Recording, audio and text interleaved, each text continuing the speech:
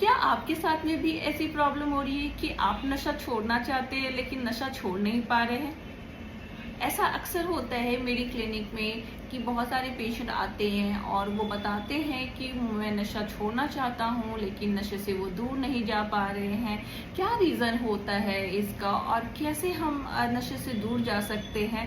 Hi, I am doctor Rabia उमान, clinical psychologist, founder of mind detox centre, और आज मैं आपको बताने वाली हूँ कि आप घर पे रहकर ही नशे से कैसे दूर जा सकते हैं। तो सबसे पहले चलिए मैं आपको बताती हूँ कि आपकी जो नशा है वो आप कितने टाइम से कर रहे हैं, ये भी एक मैटर करता है। लाइक कि आप 10 साल से कर रहे हैं, 15 साल से कर रहे हैं या 5 सालों से कर रहे हैं, कितने सालों से कर रहे हैं, कि आप कहीं डिपेंडेंट हो या अब्यूज के स्टेज पे हो, हार्मफुल स्टेज में हो, क्योंकि इसके स्टेजेस होते हैं। उसके अकॉर्डिंग जो है वो हम साइकोथेरेपी, काउंसलिंग और कंप्लीट साइकोलॉजिकल ट्रीटमेंट जो है वो प्लान करते हैं किसी पेशेंट के लिए। तो ऐसे में हम सबसे पहले जो है पेशेंट का स्क्रीन करते हैं कि पेशेंट की स्टेज क्या है, वो अब्यूज जोन में है या हार्मफुल में या एडिक्शन में है।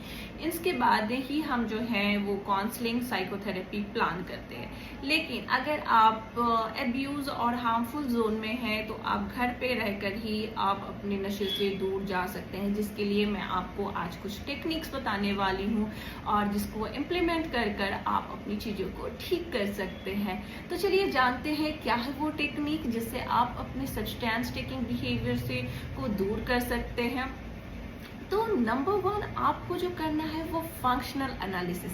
जी हाँ, आपको ये देखना है कि आप कहाँ नशा करते हैं, किसके साथ करते हैं, क्यों करते हैं। इन सब चीज़ों के बारे में आपको ध्यान देना है और इससे ये होगा कि आपको पता चलेगा कि आपका कौन सा ऐसा प्लेस है जहाँ पे आप सबसे ज़्यादा नशा करते हैं। क्या कोई एक इंसान है जिसकी वजह से आप नशा करते हो, या कोई स्पेसिफिक टाइम होता है जहाँ पे आपको क्रेविंग होती है। तो इससे आपको काफ़ी हेल्प मिलेगी अपने सब्सटेंस टेकिंग बिहेवियर को कंट्रोल करने में।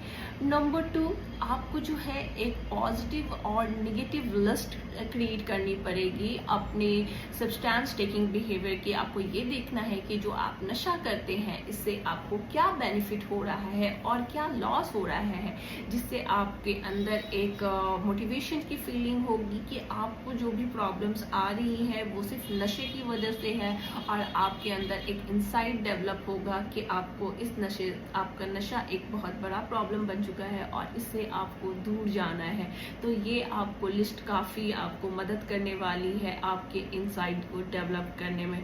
Third, craving management. जी हाँ, आपको अपनी क्रेविंग को मैनेज करने की ज़रूरत होती है, क्योंकि जब आप ये सारी चीज़ें करते हैं तो आपको मॉर्निंग में या किसी भी टाइम पे आपको एक स्ट्रॉन्ग क्रेविंग होती है कि मुझे एक बार मैं नशा कर लूँ, उसके बाद नहीं करूँगा।